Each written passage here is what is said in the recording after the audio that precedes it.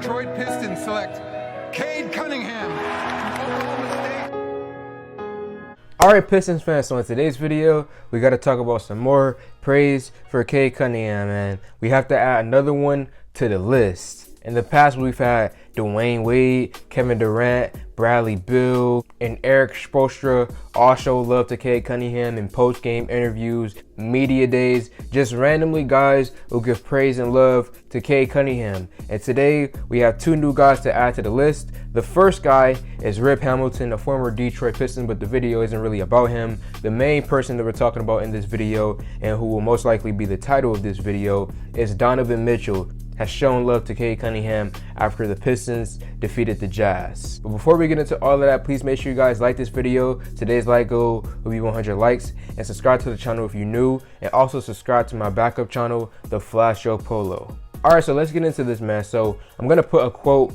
on the screen right now, and it's gonna be Donovan speaking about Cunningham, and then I'll give you guys my opinion on what he said afterwards. So he said, "There are more eyes on Scottie Barnes and Evan Mobley, but I've seen all three up close, and Cunningham is in a league of his own. He plays well beyond his years, and he is so impressive in every facet of the game."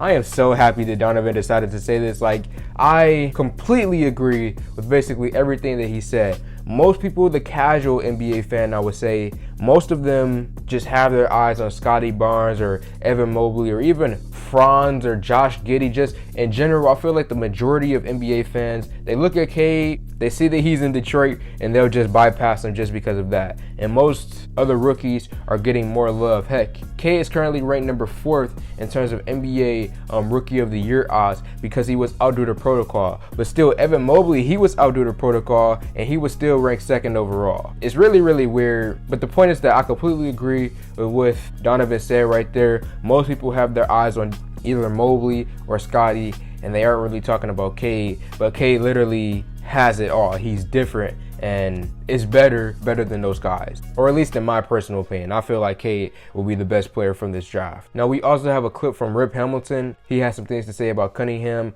Play the clip. The one thing, I have many conversations with Cade, and the one thing I always tell him is, remember you're 6'8". Remember, a lot of point guards in the league is not that tall, so you're able to get to any spot on the floor to get your shot off. And that's something that's very important for his game. And I think the biggest adjustment for him is the game is starting to slow down. When you talk to players like myself or other guys in the league, especially coming in as a young pup, you come in and you sometimes play 1,000 miles per hour. And now, as you see, Cade is really getting to playing at his own pace. His teammates love him. They're finding him in open spots.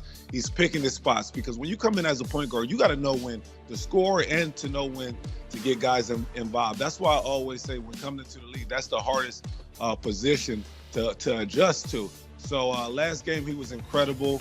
He let the game come to him. He was knocking down shots. He was getting guys easy baskets. I love his pace that he's playing at right now.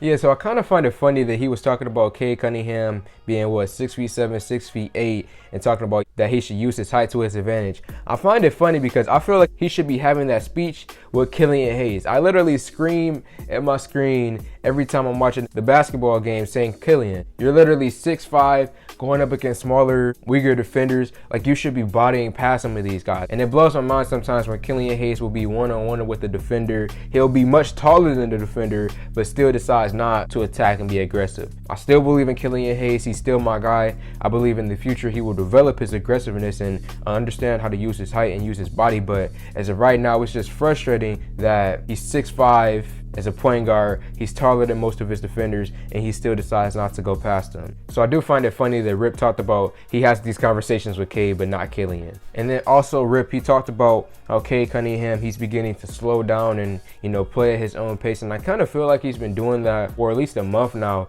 It's just feeling like slowly but surely he's becoming more comfortable out there, especially in that game against Milwaukee. He looked really, really good in this recent game against Utah. He's just slowing down. He's cutting down on most of the rookie mistakes that your typical rookie will make. Now, he still does have his turnover issue. That still is a problem, but for the most part, in terms of being comfortable out there, finding his spots and knowing where to be, he is getting past the rookie stage where most rookies, they're like, oh, I don't know where to be on the floor. A lot of rookies would just stare at the ball and don't know what to do. But Cade, he's moved past that. He's becoming a lot more comfortable out there. So that's basically everything, man. We had Donovan Mitchell and Rip Hamilton speak on Cade Cunningham. So let me know your thoughts in the comment section below. Like this video, comment on this video, share this video. Thank y'all for 4K, and I'm out.